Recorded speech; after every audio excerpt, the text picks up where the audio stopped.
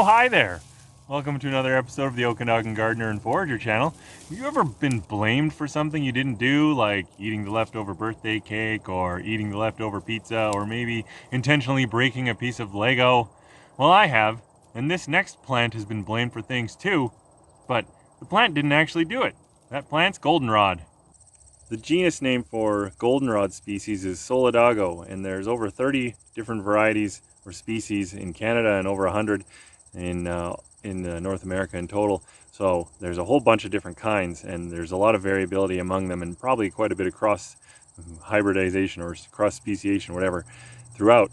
The one I'm going to be talking about today is what I'm pretty confident is Western Canada Goldenrod. But the good news is that most goldenrod species can be used more or less interchangeably. Western Canada Goldenrod. Scientific name is Solidago lepida.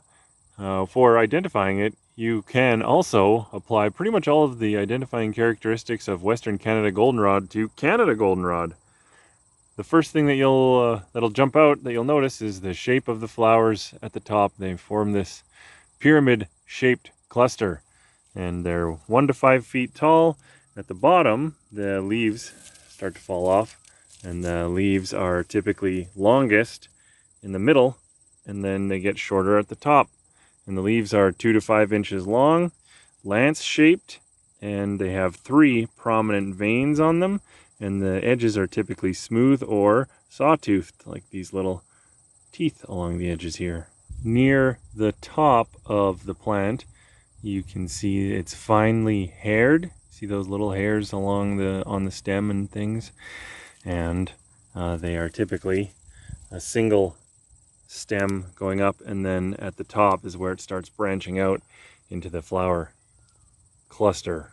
The thing that I was describing earlier about goldenrod being blamed for something it didn't do is a seasonal allergy that's blamed on goldenrod, but is actually the fault of ragweed, because the goldenrod pollen is too heavy to blow around. And goldenrod is edible. The leaves can be cooked and eaten like spinach, and the flowers are edible, and they can be put in like salads as a garnish or soups and stews, things like that. And also the flowers were widely used, and they still are used as tea, but they were widely used as tea during the American Revolutionary War, when the black tea or English tea was heavily taxed. Western Canada Goldenrod likes to grow in places like ditches, like irrigation ditches, or along fields. And you can find it in US states from Alaska to California, and in the western Canadian states like BC, Alberta, Saskatchewan, Manitoba. Canada goldenrod can be found in all across Canada and almost every US state.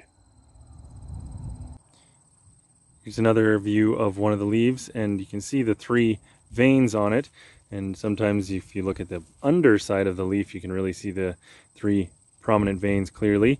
Another name for goldenrod is woundwort, because of its so many different ways that it can heal. Reputedly, it was carried into battle by soldiers during the crusades because of its healing properties. One thing that can be done with the dried up flowers is that they can be sprinkled on a wound to help it to stop bleeding and heal. Goldenrod, Canada goldenrod has quercetin, which is a powerful antioxidant that is also a natural antihistamine and anti-inflammatory. And goldenrods generally, they can be used fairly interchangeably. The tea from the flowers has been recommended for relieving exhaustion and depression, anxiety, and fatigue.